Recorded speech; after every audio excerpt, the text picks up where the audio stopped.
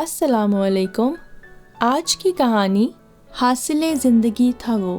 کہانی سے پہلے if you are new on our channel and you haven't subscribed yet تو ہمارا چینل بیا اور مالا سبسکرائب کیجیے and do not forget to press the bell icon۔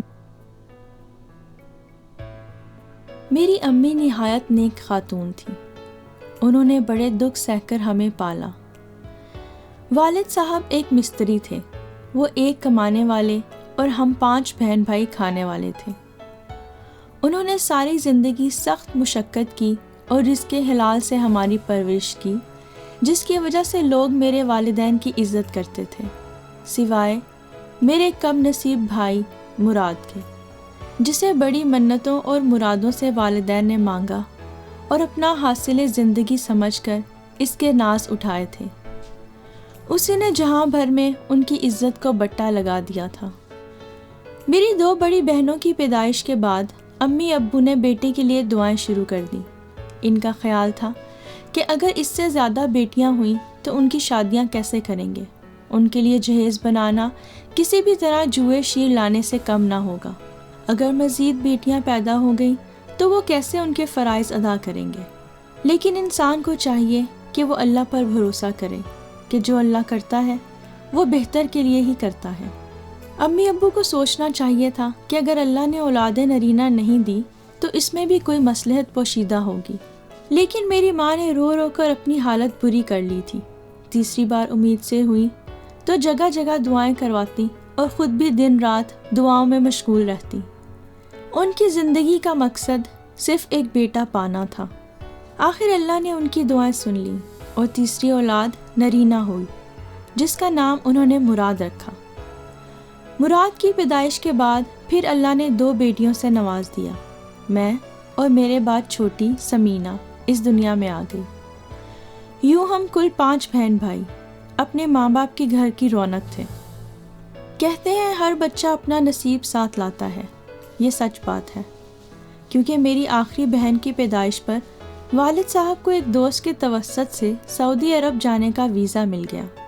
وہاں انہوں نے ایک دولت مند عرب شخص کا گھر بنایا تو اس نے خوش ہو کر ابو کو اتنا روپیہ پیسہ دے دیا کہ پاکستان واپس آ کر ابو نے 5 مرلے کا ایک چھوٹا سا مکان خریدا اور ایک دکان بھی لے لی۔ اس میں کچھ مال ڈالا اور مستریوں والا سخت کام چھوڑ کر وہ اپنی کریانے کی دکان چلانے لگے، جس میں اللہ نے برکت عطا کی اور ہمارے دن پھر گئے۔ یوں ہماری دکان ایک یوٹیلیٹی سٹور بن گئی۔ اب والد صاحب اس قابل تھے کہ وہ اپنی دونوں بڑی بیٹیوں کی شادیاں اچھی طرح کرتے۔ انہوں نے مدیحہ آپا اور ملیحہ آپا کی شادیاں کر دیں اور میرے اکلوتے بھائی مراد کو بھی اچھے اسکول میں داخل کروا دیا۔ اس وقت اس کی عمر 10 برس تھی اور وہ 4تھی کلاس میں تھا۔ امی کو مراد سب سے زیادہ پیارا تھا کہ ان کی امیدوں کا وہ واحد مرکز تھا۔ وہ اسے اچھے سے اچھا پہناتی اور بہتر سے بہتر کھلاتی۔ اسے روزانہ باقاعدہ اچھا جیب خرچ بھی دیا کرتی تھی۔ بدقسمتی سے 6ٹھی جماعت میں اس کی دوستی ایک ایسے لڑکے سے ہو گئی جو نہ صرف نالائق تھا بلکہ بری عادتوں کا بھی مالک تھا۔ اس لڑکے میں چوری کی عادت تھی۔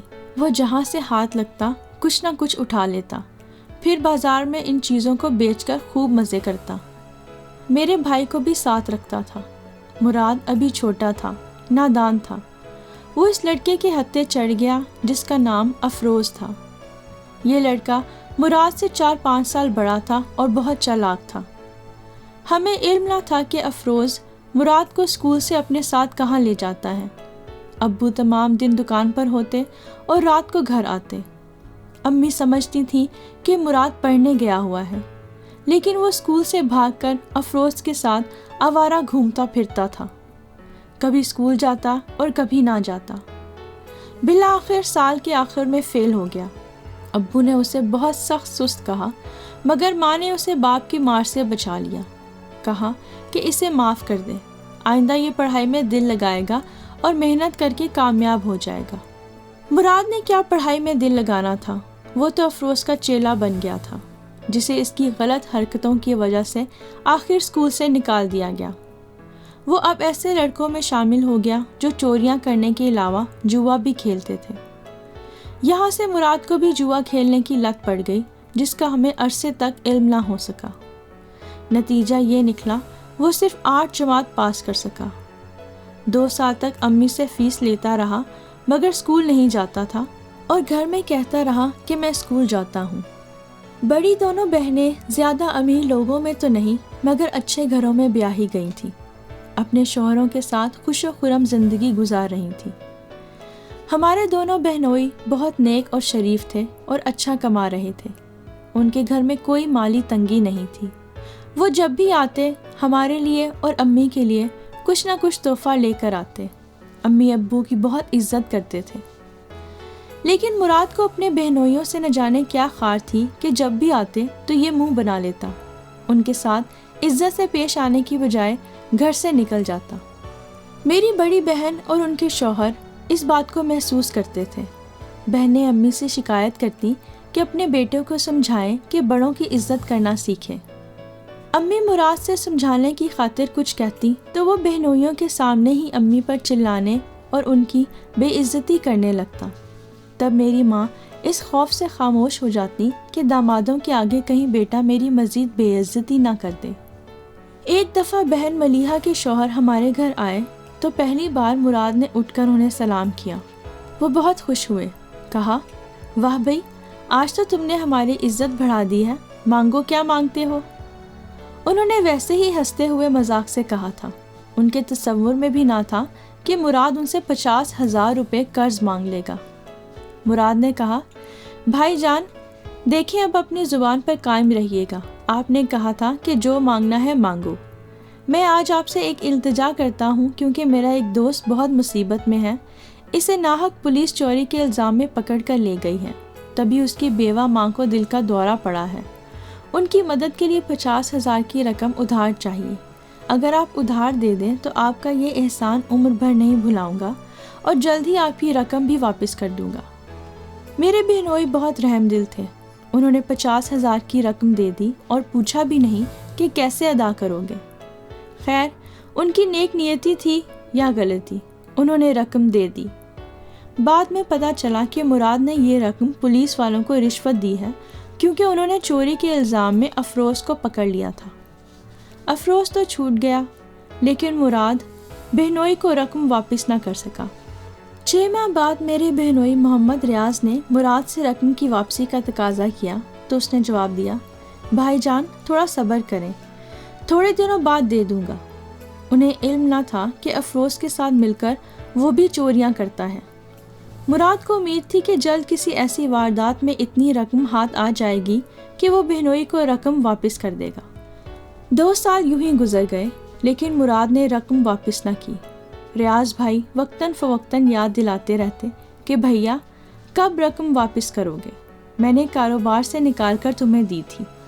ان دنوں 50,000 بڑی رقم ہوتی تھی اور مراد جو کما کر لاتا یہی ظاہر کرتا کہ وہ کسی ہوٹل پر ملازمت کرتا ہے۔ وہ کبھی کبھار امی کو بھی دے دیا کرتا لیکن جب اسے ضرورت پڑتی تو دگنی رقم واپس مانگ لیتا۔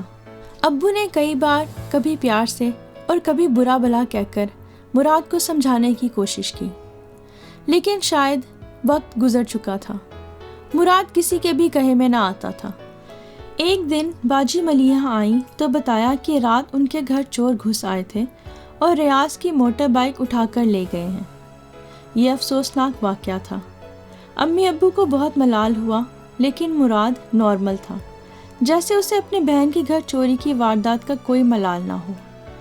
ریاض بھائی نے تھانے میں رپورٹ درج کروا دی۔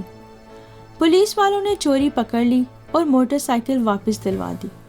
چوری افروز اور اس کے ساتھیوں نے کی تھی۔ افروز پکڑا گیا تو بھائی نے جا کر میرے بہنوئی کے خلاف گواہی دے دی جس پر ریاض بھائی کو بہت دکھ ہوا۔ انہوں نے امی سے شکایت کی۔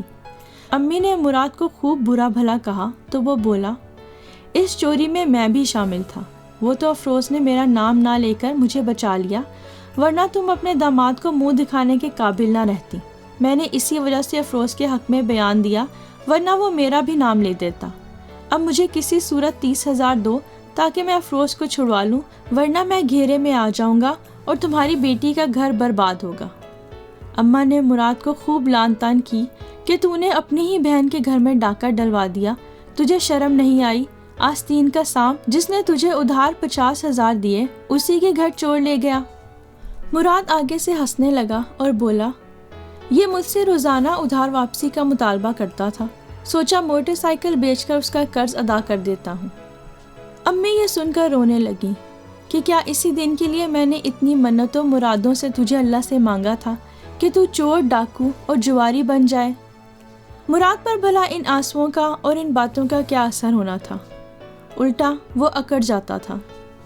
ماں کو بلیک میل کر کے اس نے ان کی کلائی سے سونے کی چوڑیاں اتروا لی۔ وہ بیچاری دینے پر مجبور تھی، ورنہ یہ بھید کھل جاتا کہ یہ مراد ہی تھا جو ریاض کے گھر چوروں کو لے کر گیا تھا۔ نتیجے میں شاید میری بہن کو طلاق ہو جاتی۔ اتنا میری ماں نے بیٹی کا گھر بسا رکھنے کی خاطر اور اپنی عزت بچانے کے واسطے برداشت کر لیا، مگر اس کے بعد تو جیسے مراد کے دیدوں کا پانی ہی ڈھل گیا۔ کوئی شرم و حیا، لحاظ، رشتوں کی اس میں باقی نہ رہی۔ وہ آئے دن اماں کو ستانے لگا کہ مجھے رقم چاہیے ورنہ تمہاری بیٹی کو طلاق کروا دوں گا۔ ماں اتنی رقم کہاں سے لاتی؟ ہمارا گھر ابو کے اسٹور کی وجہ سے اچھے طریقے سے چل رہا تھا، لیکن امی کے سامنے بیٹے کے علاوہ 2 اور بیٹیاں بھی تھیں جن کو انہوں نے بیانا تھا اور جو شادی کی عمر کو پہنچ رہی تھیں۔ امی کو کچھ سمجھ نہ آتا تھا کہ وہ مراد کے مسئلے کو کیسے حل کریں۔ میری دونوں بڑی بہنوں کو بھی اپنے بھائی کے کرتوتوں کا پتہ چل چکا تھا۔ نہ صرف یہ بلکہ ریاض بھائی بھی مراد کی ساری حرکتوں کو بخوبی جان چکے تھے۔ وہ اسے تو کچھ نہ کہتے مگر غصہ بیوی پر نکالتے تھے۔ باجی جب بھی ضرورت کی خاطر ان سے کچھ رقم مانگتی، کہتے جا کر اپنے بھائی سے وہ رقم واپس لے کر آؤ جو اس نے مجھ سے ادھار لی تھی۔ انہوں نے اس طرح میری بہن کو ستانا شروع کر دیا۔ غصہ یہ کہ مراد نے احسان کا یہ بدلہ دیا کہ چور کے حق میں نہ صرف گواہی دی بلکہ اسے پولیس کی حراست سے بھی رشوت دے کر چھڑوا لیا۔ ماں مراد کو سمجھاتی تو ان کے منہ کو آنے لگتا، حالانکہ ماں تو ایک ایسی ہستی ہے کہ جس کی جتنی عزت کی جائے کم ہے، مگر بھائی نے انہیں اپنی ہی بے ضمیری کی وجہ سے 2 کوڑی کا نہ رکھا تھا۔ وہ دامادوں کی نظروں میں بھی ذلیل کرانے لگا۔ ایک دن دوسری بڑی آپا اور ان کے شوہر آئے۔ امی نے ان کے لیے اچھا کھانا بنایا۔